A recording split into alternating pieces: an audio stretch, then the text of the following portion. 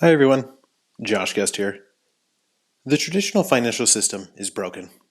People around the world, living under all types of governments, work day in and day out only to struggle immensely to afford the same quality of life that their parents and grandparents were able to enjoy while expending much less effort. Sure, technologies have improved a lot since then, but the cost savings that are typically associated with technological advancement have been completely wiped away by the atrocity of government-sponsored inflation. It's difficult to get ahead when you're systematically robbed over the course of decades. Even so, governments aren't the only culprits behind the brokenness of the traditional financial system. Businesses are also often guilty of egregious offenses against society's finances, although that behavior frequently isn't readily apparent to onlookers. Such is the case with the defensive strategy Twitter has chosen to employ against a takeover attempt by billionaire Elon Musk. It seems like Elon Musk is bordering on nearly legendary these days, at least in the eyes of many of his 82 plus million followers on Twitter. Elon Musk is currently the world's richest person and is CEO or co-founder of nearly half a dozen active technology companies, including Tesla. On top of that, Elon Musk seemingly has the ability to move financial markets with his comments on social media and in other public forums, especially when it comes to cryptocurrencies. Veteran Bitcoiners will likely remember how the price of Bitcoin jumped around 15% in mere minutes after Elon Musk changed his Twitter profile to #Bitcoin. Nor have we forgotten how his adoption of Bitcoin Energy FUD in May of last year likely contributed to sending many new and institutional participants in the Bitcoin space scrambling for the exits. Elon's interests over the past several weeks appear to have shifted toward protecting free speech on the social media platform Twitter. In order to achieve that goal, he went so far as to buy over 9% of the company's publicly traded stocks and then submitted an offer to buy the entire company outright in order to take it private. Given what we've already discussed, this type of freewheeling behavior from Elon Musk is practically expected. Rather, it's the response from Twitter's board of directors that has me up in arms.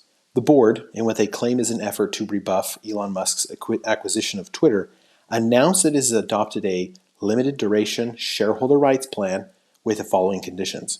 Quote, under the rights plan, the rights will become exercisable if an entity, person, or group acquires beneficial ownership of 15% or more of Twitter's outstanding common stock in a transaction not approved by the board. In the event that the rights become exercisable due to the triggering ownership threshold being crossed, each right will entitle its holder, other than the person, entity, or group triggering the rights plan, whose rights will become void and will not be exercisable, to purchase, at the then current exercise price, additional shares of common stock having a then current market value of twice the exercise price of the right. End quote.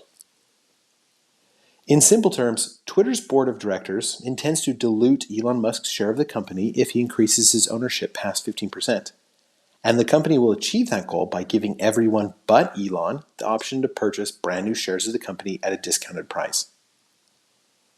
Whether or not you're concerned by Elon Musk's Twitter-denominated wealth being diluted against his will, you should be alarmed by the fact that it will also allow the wealth of everyday Twitter investors to be diluted into oblivion. How so? The rights plan put in place by Twitter's board doesn't just hand out additional shares for free to everyone but Elon Musk in direct proportion to the percentage of the company they owned previously. Rather, it incentivizes shareholders to purchase additional shares that didn't exist before. Elon Musk's shares will get diluted since the option to buy those additional shares intentionally isn't available to him. But so will the shares of everyone who can't afford to buy a sufficient quantity of the newly created Twitter shares to maintain the ownership percentage they had before. No wonder this type of takeover defense put into place by Twitter's board of directors is commonly referred to as a poison pill. It lays the groundwork for wealthy investors and investment companies to swoop in and buy Twitter shares on the cheap, while diluting the Twitter-based wealth of everyday investors who can't afford to buy new shares while they try to combat the highest global inflation in decades that's currently raging around the world. The rich get richer and the poor get poorer.